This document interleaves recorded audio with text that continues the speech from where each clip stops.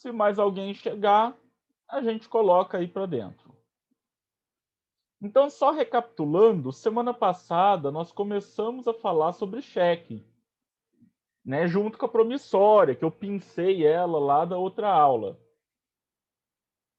Então, assim, só para a gente recapitular, o cheque, ele é um título executivo, que é uma ordem de pagamento à vista, que pode ser descontado ou depositado na conta do, do beneficiário. Deixa eu só colocar presença para essas duas criaturinhas que estão entrando. Bom. Só que existem situações em que o cheque pode ser devolvido, né? Ele é devolvido quando algum motivo impede que o banco faça o pagamento. A gente chama cada um desses motivos de alíneas. Onde que eu acho a linha? No verso do cheque, eles batem um carimbo e coloca aqui nesse retângulozinho que eu circulei menor, o número da linha. Marcelo, eu preciso saber decor os números das alíneas? Pelo amor de Deus, não. Mas o tio separou e depois ele vai mandar para vocês também lá no grupo da sala. Cadê? Aqui. A tabela de devolução, né, do Banco Central, porque a apostila só tem as mais comuns. Eu já chutei o pau da barraca, falei, vamos mostrar todas, né? Então ela é dividida por títulos, então a gente tem 3, 4, 5, 6 títulos diferentes. Dentro desses títulos, a gente tem as alíneas, né, os números, e a descrição. Então, o primeiro título, ele fala sobre o cheque sem provisão de fundos. O que é um cheque sem provisão de fundos? Não tem dinheiro na conta da criatura que passou o cheque para você, né? O cheque é o famoso cheque sem fundo. Então, olha só, a primeira linha aqui, a 11, ela indica que o cheque foi devolvido sem fundos na primeira apresentação. O que é isso? Imaginemos que eu passei um cheque para a Lívia e ela foi no banco, ou descontar, ou depositar, o que ela preferir. E aí não tinha dinheiro na minha conta. O que vai acontecer? O banco vai bater lá no verso do cheque o carimbo, vai preencher com o número 11 e vai falar assim para a Lívia: olha, dona Lívia, a senhora pode apresentar esse cheque novamente, mas eu recomendo falar com o Marcelo primeiro, né? Mas a Lívia, muito teimosa, falou: não quero nem saber, eu já vou apresentar de novo agora, né? Então ela apresenta novamente. Vai voltar novamente. Vai bater mais um carimbo, preencher com o número 12. Só que aí tem um detalhe, tá, gente? O que é o detalhe? Quando o cheque volta pela segunda vez sem fundos, a conta de quem passou o cheque é bloqueada. E aí eu só consigo desbloquear se eu pegar esse cheque de volta lá com a Lívia.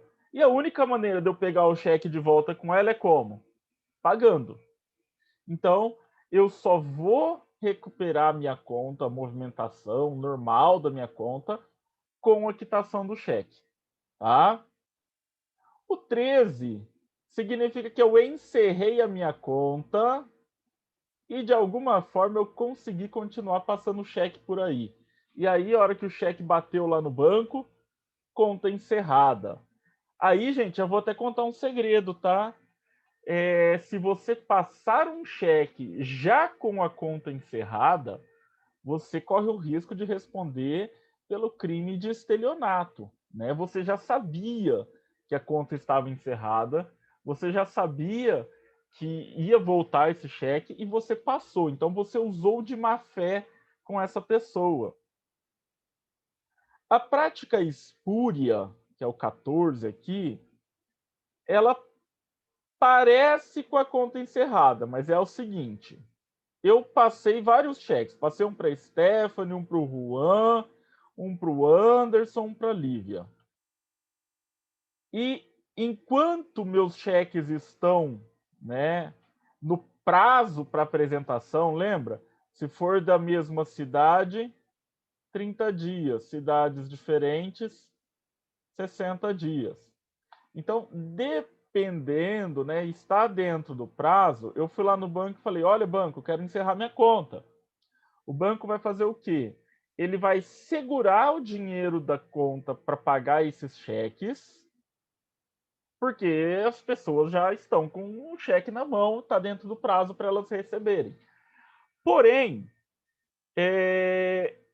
eu fiz esse acordo com o banco, mas eu passei, por exemplo, 4, né? Na verdade é mais de 3, tá, gente? Mais de 3 cheques para o mesmo dia. O banco pode considerar isso, dependendo do caso, como prática espúria, ou seja, eu estou tentando abusar dessa situação e o banco vai bloquear o pagamento. Então, cuidados que tem que tomar aí na hora de encerrar a conta. Temos aqui, ó, o impedimento ao pagamento. O que é o impedimento ao pagamento? Alguma coisa acontece que não permite que ele seja pago. Por exemplo, cheque sustado. Pelo amor de Deus, hein, gente? Olha só aqui a palavrinha bonitinha, ó. É sustado e não assustado, tá? Quem assusta é a gente, o cheque não se assusta, tá? Então, o cheque sustado ou revogado, né? Ou seja, você entrou em contato com o banco e pediu para ou sustar, que é suspender, ou revogar, ou seja, cancelar aquela folha de cheque em virtude de um roubo, furto ou extravio de folhas de cheque em branco. Vamos entender cada um rapidamente. Roubo significa que houve ameaça grave, né? Ameaça, qualquer ameaça, na verdade, ou violência. O furto é aquele que você nem sabe que ele aconteceu. E o extravio é a perda, né, gente? Ah, Marcelo, mas a pessoa não vai acertar minha assinatura, não tem perigo. Olha, por via das dúvidas, faça o boletim de ocorrência e peça a sustação do cheque. Você tem que fazer o boletim de ocorrência e apresentar no banco, tá, gente? O 21, ele foi sustado ou revogado por algum outro motivo qualquer que não sejam esses. Divergência ou insuficiência de assinatura significa que a assinatura que está lá no cheque não bate com a assinatura que está registrada no banco. O 23, gente, eu não vou discutir ele aqui, porque ele é específico de cheque da administração pública, ou seja, por um órgão governamental, né, administração pública federal ainda, que ele tem uma lei específica de como esse cheque tem que ser feito. O 24 é muito interessante. Você tem dinheiro na conta, o cheque está perfeito, mas a sua conta sofreu um bloqueio judicial. O que isso significa, gente? Que existe um processo contra você e a sua conta bancária foi bloqueada para tentar pagar a dívida. Então, não pode pagar o cheque, mesmo se tiver dinheiro lá. Deixa eu pegar outros assim, que sejam fáceis de acontecer, tá, gente? Temos aqui, ó. Cadê? Sustação ou revogação provisório 70. Isso aqui, imagina a seguinte situação. Eu fiz uma venda para o Anderson e eu fiquei de entregar num determinado dia. E ele me deu um cheque pré-datado para cobrar depois da data da entrega, né, lá na frente.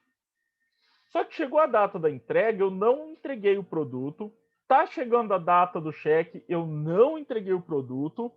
ele pode entrar em contato com o banco e pedir para sustar ou revogar provisoriamente o cheque. O que isso significa?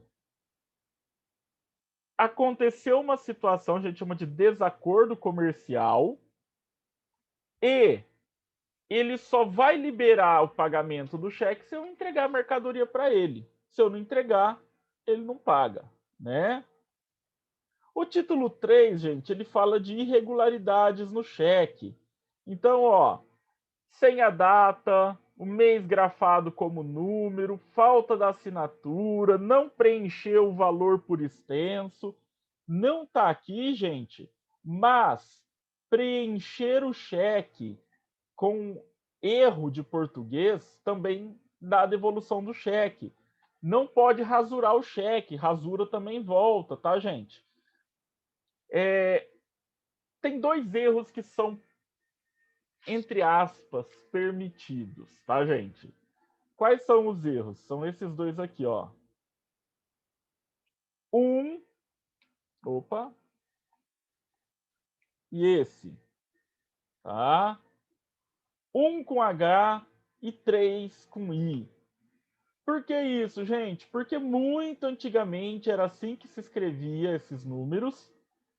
E com a reforma ortográfica que nós tivemos lá na década de 1960, né, já faz um pouquinho de tempo, o pessoal falou na época assim: ah, mas os mais velhos, eles não vão acostumar. Então, o problema é que o pessoal que era novo já tá velho. E até hoje ainda tá valendo essa porcaria, né? Outra coisa, vamos lá. Outros motivos aqui de devolução do cheque.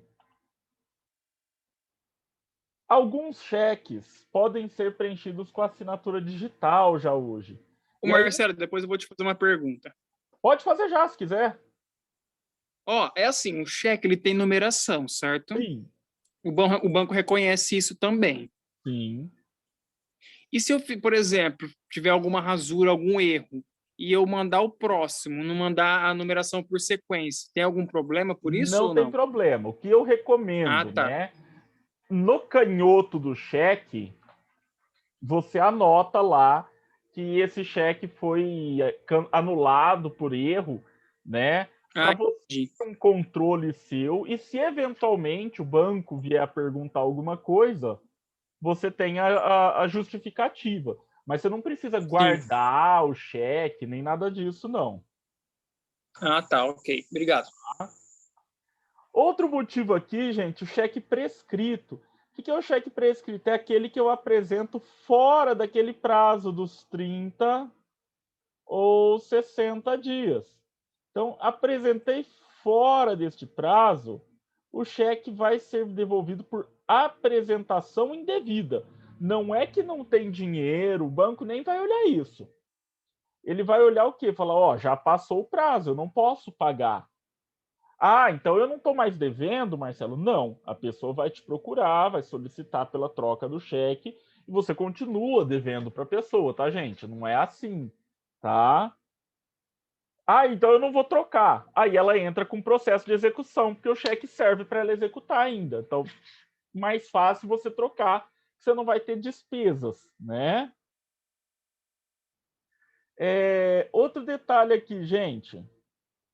Ó, que eu falei semana passada também, 48. Cheque com valor superior a R$ 100 sem a identificação do beneficiário, ou seja, sem estar nominal, ele devolve também, tá? E aí, gente, eu vou mandar para vocês lá no grupo da sala essa listinha aqui, tá? Se vocês quiserem salvar, tá? É um PDF, aí é com vocês, tá, gente? Então tá certinho aqui. É um documento oficial, né, do Banco Central. Não tem muito segredo. O que acontece, gente? Por que os cheques eles estão aos poucos morrendo, né? Deixa eu ir no quadro branco. Depois eu volto aqui.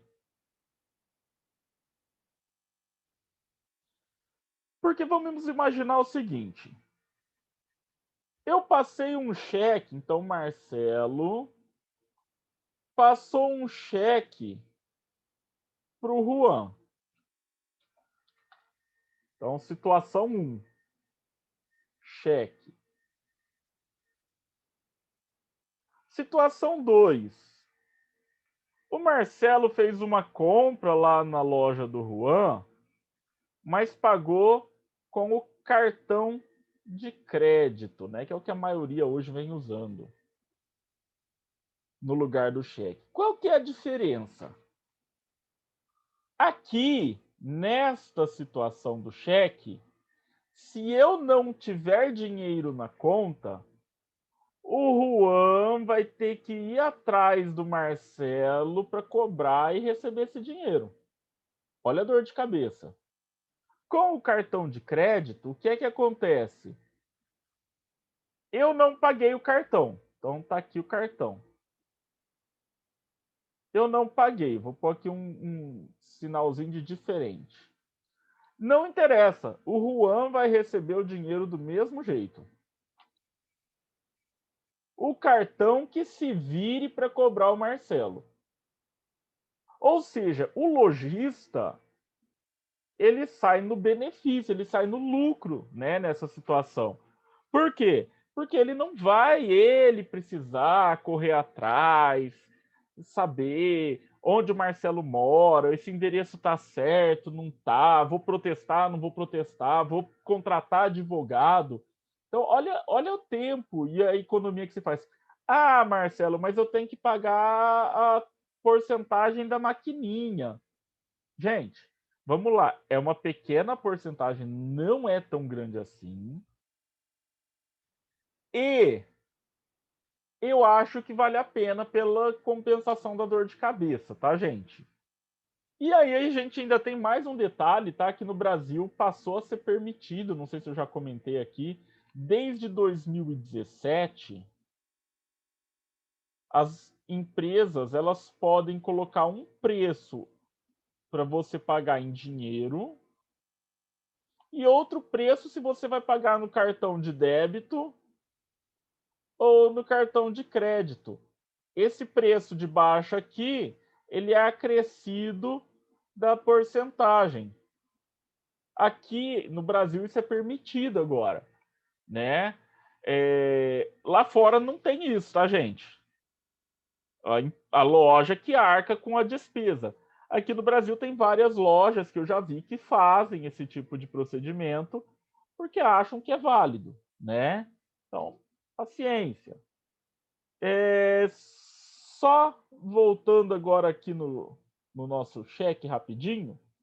Aqui, ó, Anderson, que eu tinha falado, né, na hora de preencher, caso haja alguma rasura, guarda Sim. aqui o canhotinho, né, e O preenche. cheque não tem necessidade de guardar, só o canhoto. Normalmente o banco não vai te pedir ele, tá? Porque o pessoal acaba Ah, tá. rasurando, jogando fora mesmo.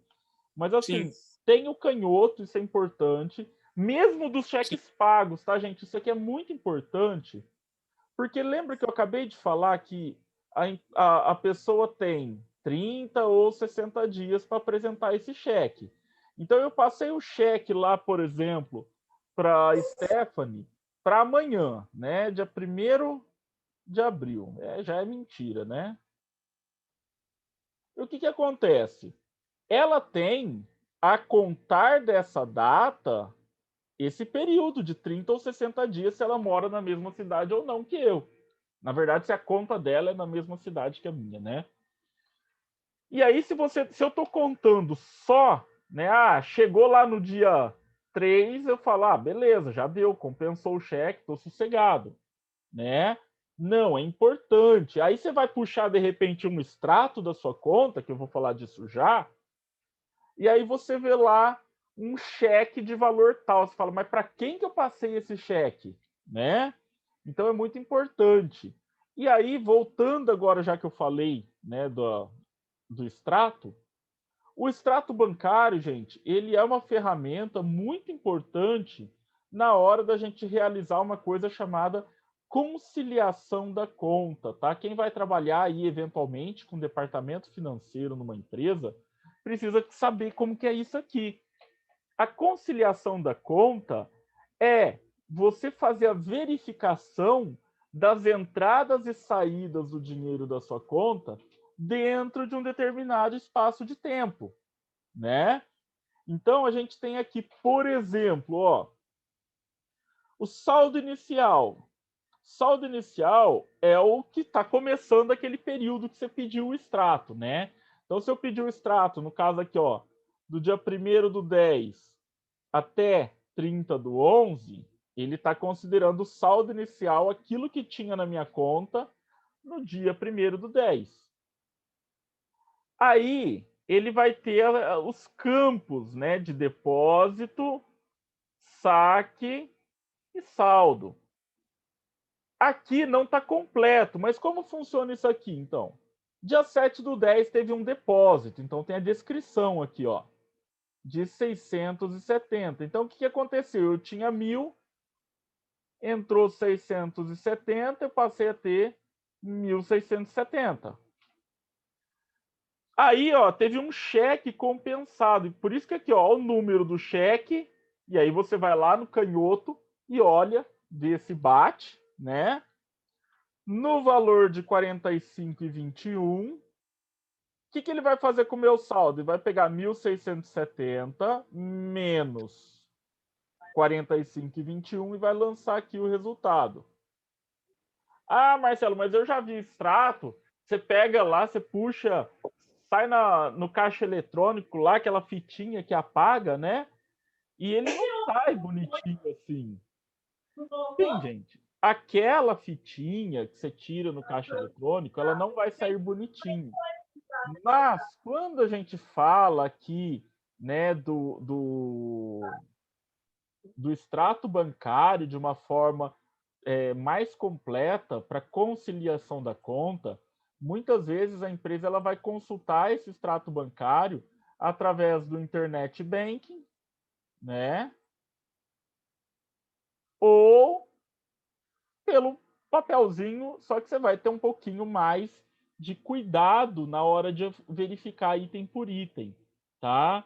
Então, é muito importante fazer essa situação da conciliação da conta. Você faz uma verificação, normalmente mantém-se planilhas para isso, né? Dá Para para pedir também dentro do banco também, com o pessoal que dar trabalha. isso, Uma sair vez eu tive impresso no necessidade, Cefit. impresso no papel, aí vem tudo especificado certinho. Tem também. Esse do papel, inclusive, é possível você pedir de todo o histórico da conta. Tá? Só que aí você vai pagar, Sim, né? Porque tem um custo até de sistema para ele fazer essa busca, né? sim, tem. Então, assim, não é simplesmente, ah, beleza, tá aqui, ó, né? Mas, assim, quando é para o dia a dia, é muito mais Eu prático. fui informado sobre isso quando eu fui pedir. Uhum. O do internet banking, porque você não vai pagar por ele, né? Então, assim, já pensou na empresa, se todo dia você for pegar um extrato bancário, pagar? Então, não dá. Então, você faz pelo internet banking, que você não tem custo, né? E aí, gente, vamos começar, né? É porque do cheque a gente tem alguns exercícios na apostila de exercícios, não dá para a gente fazer aqui agora. Nós vamos fazer quando a gente voltar, né? Eu vou começar a falar com vocês aqui sobre alguns documentos da área financeira, né? Lembrando que eu já pincei um deles, que era a promissória, na aula da semana passada. E hoje nós vamos falar de um cara que eu tenho certeza que todo mundo aqui já viu, todo mundo conhece, que é o senhor Boleto, né? O Boleto, gente, o nome dele, Boleto bancário, ele já está me falando o seguinte: existe um banco intermediando essa cobrança, tá? Normalmente um banco onde a sua empresa tem conta. Vai fazer sentido. O que eu preciso ter no corpo do boleto? Vamos entender aqui, ó. Eu preciso ter, em primeiro lugar, gente, uma data de vencimento. Por que eu tenho que pôr uma data de vencimento? Porque se eu não colocar, gente, se eu não defino uma data de vencimento, A pessoa vai me pagar quando ela sentir tocado no coração dela que está na hora de pagar. Né? Em alguns casos, a gente sabe que a resposta para isso vai ser o quê? Nunca. Então, não dá. Eu preciso ter para eu poder limitar o prazo que a pessoa tem para pagar. Eu preciso ter também um campo muito importante, que é o campo com o valor do documento. Por que eu preciso ter o campo com o valor do documento, gente? Porque se eu não colocar um valor, igual lá na data de vencimento, a pessoa vai pagar o quanto ela achar que tem que pagar. E qual é o menor valor que alguém pode pagar?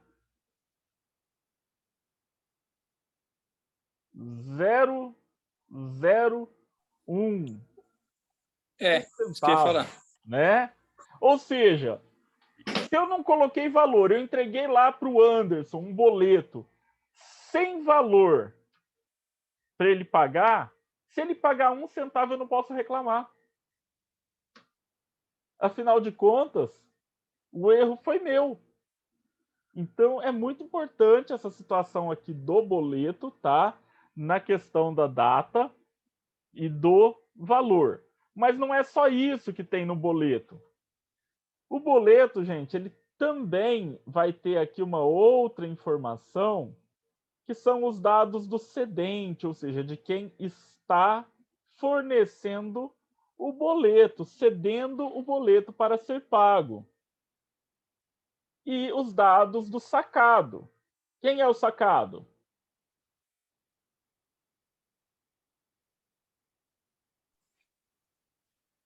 Empresa?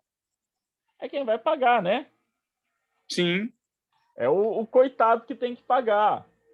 Outra coisa, gente, aqui não tem, mas é importantíssimo. Mas antes de eu falar dele, aqui ó, a gente tem dois campos que são data do documento e data de processamento, que normalmente a gente ignora esses dois campos, mas eles são muito importantes. Por que eles são muito importantes, gente? Porque é através deles que eu, que tenho que pagar o boleto, consigo verificar se realmente esse boleto é real ou se eu estou sendo vítima de um golpe. Ai, Marcelo, imagina que isso acontece muito, gente, tá? Então, assim, tem que verificar. Verifica se tá, né? Se você contratou alguma coisa naquele período, tá? Então, assim, fiquem atentos, olhem sempre essas coisas antes de pagar. Aqui embaixo tem que ter as condições para o pagamento. Então, aqui a gente tem uma condição, ó, não receber após o vencimento. Então, se a pessoa atrasou, esse boleto não poderá mais ser pago. Certo? Quando não é assim, que é o que normalmente acontece, eu obrigatoriamente tenho que ter duas informações aqui. Essas informações são juros e multa. E aqui, gente, eu vou fazer um parênteses, tá? E vou voltar ali no quadro branco para a gente poder entender um pouquinho sobre isso aqui. No Brasil, a gente tem o que a gente chama de juros legal, tá? O que é o juros legal? É o valor máximo que pode ser cobrado de juros ao mês, enquanto você não é um banco, uma financeira, tá, gente? Bancos e financeiras têm regras diferentes. Mas o juros legal a ser cobrado é 1% ao mês. E a multa de mora, tá? A multa mora é demora, é atraso. A multa de mora, ela é, a não ser que seja casos muito específicos, ela é de 2%. E aí, como que a gente calcula isso aqui, gente? Então vamos lá. Vamos imaginar que eu tenho um boleto de R$ 500.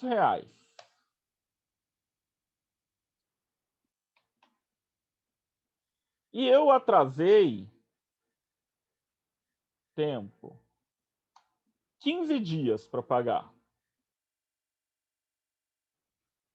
Aí você pode falar o seguinte: pô, Marcelo, mas a gente falou ali que é 1% ao mês. Você colocou 15 dias. Aqui tá fácil, gente. 15 dias é metade de um mês, então é 0,5%. Mas como que eu faço essa conta? Eu pego 1 e divido por 30, tá? Isso aqui vai dar 0,033, é isso? Vou fazer a conta aqui. 1 dividido por 30, 0,033%. Então, como que eu vou fazer essa conta? Vamos lá.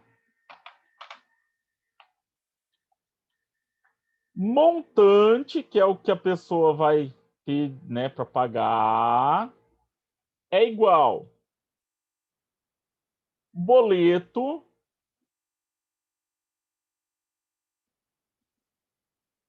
então, é o capital vezes 1 mais 0,033% vezes. Deixa eu só apagar esse risco aqui. Vezes 15, que é o número de dias. Esse cara aqui, então, a gente chama de I, que é a taxa, e esse é o tempo. Então, a fórmula, a gente pode até traduzir ela aqui num canto, é capital vezes 1 mais IT. Fecha parênteses. Então, vamos fazer essa continha aqui, ó. M é igual matemáticazinha básica. Se eu tenho parênteses, a gente resolve primeiro o que está dentro do parênteses. Dentro do parênteses, se eu tenho soma e eu tenho multiplicação, primeiro a gente resolve a multiplicação. Então vamos lá, 15 vezes 0,033%.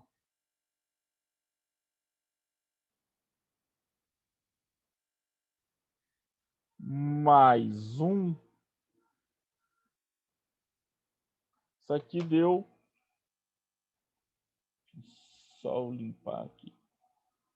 Isso aqui deu 1,00495. Aí a gente faz isso vezes 500. Então essa pessoa vai pagar 502 reais e 47 centavos. Só que eu tenho mais 2% de multa, 2% em cima dos 500.